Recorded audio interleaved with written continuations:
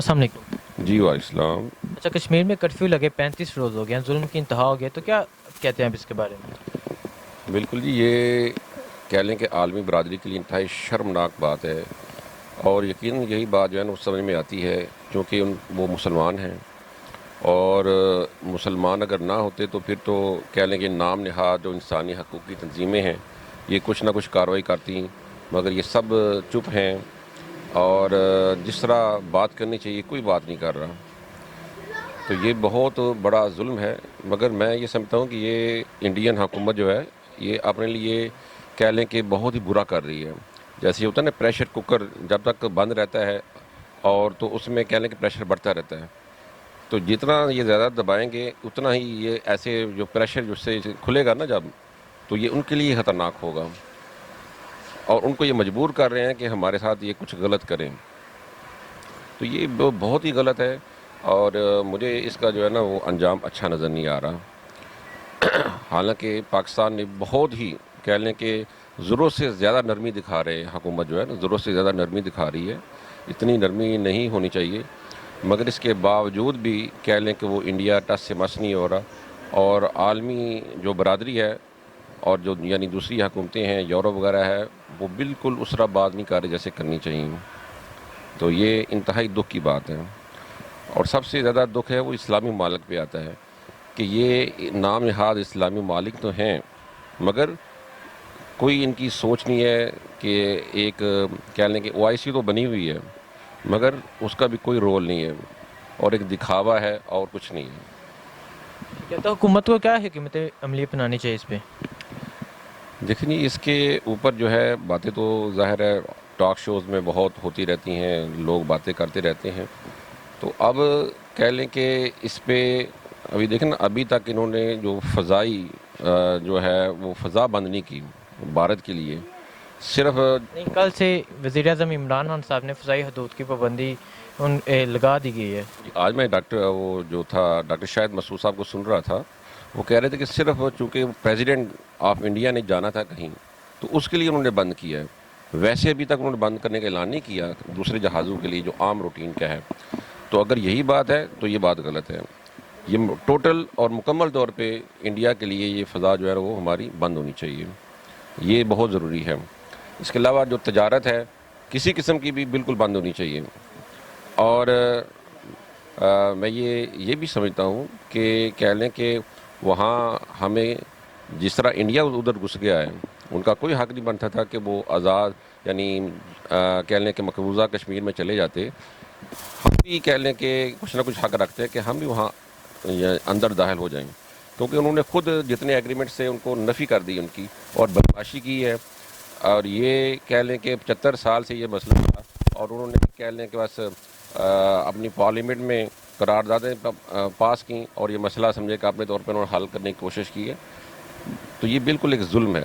تو پاکستان کو بھی چاہیے کہ کچھ نہ کچھ اس طرح کی کارروائی کرنی چاہیے تاکہ ان کو کچھ اندازہ ہو کہ یہ کہہ لیں کہ اگر انڈیا کچھ کر سکتا ہے تو ہم بھی کچھ کر سکتے ہیں. اچھا، کشمیر میں کرفیو لگے 35 روز ہو گئے ہیں، ظلم کی انتہا ہو گئی، تو کیا کہتے ہیں آپ اس کے بارے میں؟ جی، کشمیر میں کرفیو لگے یہ بہت ہی افسوس والا واقعہ ہے، افسوس والی بات ہے کہ کشمیر میں کرفیو لگے 35 ڈیز ہو گئے ہیں، لیکن اب تک ابھی اس کا کچھ نہیں ہوا. غریب لوگ، بیچارے لوگ، ان کا کوئی پریشان حال نہیں ہے. وہ لوگ بیٹھے ہوئے ہیں گھروں میں، نہ کوئی دوائی خرید سکتا ہے، نہ کوئی مسلمان باہر نکل سکتا ہے، نہ کسی کے پاس ایسا راشن ختم ہو چکا ہے، ادھر سامان سادہ راہ ختم ہو چکا ہے، ان کے کھانے کا سامان ختم ہو چکا ہے، ہر چیز ختم ہو چکی ہے. کوئی ان کا پرسان حال نہیں، کوئی ان کو پوچھنے والا نہیں ہے آپ کی ضرورت کیا ہے، آپ کیا چاہتے ہیں. اور کوئی ساری حکومتیں خاموش بیٹھی ہیں، بڑی بڑی حکومتیں خاموش بیٹھی ہیں، امریکہ خاموش بیٹھا ہے، اس کے بعد بڑے بڑی کنٹریز کو لے لیں، چائنا خاموش بیٹھا ہے. پاکستان ہاں سٹرگل کر رہا ہے، پاکستان کی افواج پاکستان سٹرگل کر رہی ہیں، ماشاءاللہ اس پہ خوشی ہے مجھے. افواج پاکستان سٹرگل کر رہی ہیں، اور اس کے بعد پاکستان کے حکمران جو ہیں وہ سٹرگل کر رہے ہیں، کوشش کر رہے ہیں.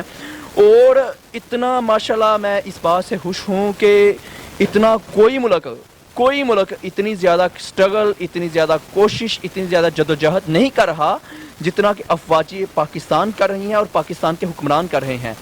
یہ سٹرگل کر رہے ہیں, لیکن جو سٹرگل ہے پازیٹیو بندے کی تھنک ہونی چاہیے, پازیٹیو بندے کی سوچ ہونی چاہیے. انشاءاللہ ایک وقت آئے گا کہ جو کشمیر 70-72 سال سے اس کا مسئلہ چلا آ رہا ہے, اس کو آزاد نہیں ہونے دیا جا رہا, ان پر ظلم کیے جا رہے ہیں انڈیا کی طرف سے, بھارت کے ہندوؤں کی طرف سے. بھارت کے جو سخت لوگ ہیں وہ بربریت اور بروٹیلٹی کر رہے ہیں, ظلم کر رہے ہیں کشمیر پہ. انشاءاللہ امید ہے کہ افواج پاکستان اور پاکستان کے حکمران, میری مراد عمران خان, میری مراد عثمان بزداد اور اس کے علاوہ جتنے بھی حکمران ہیں, اور کوشش کر رہے ہیں, سٹرگل کر رہے ہیں.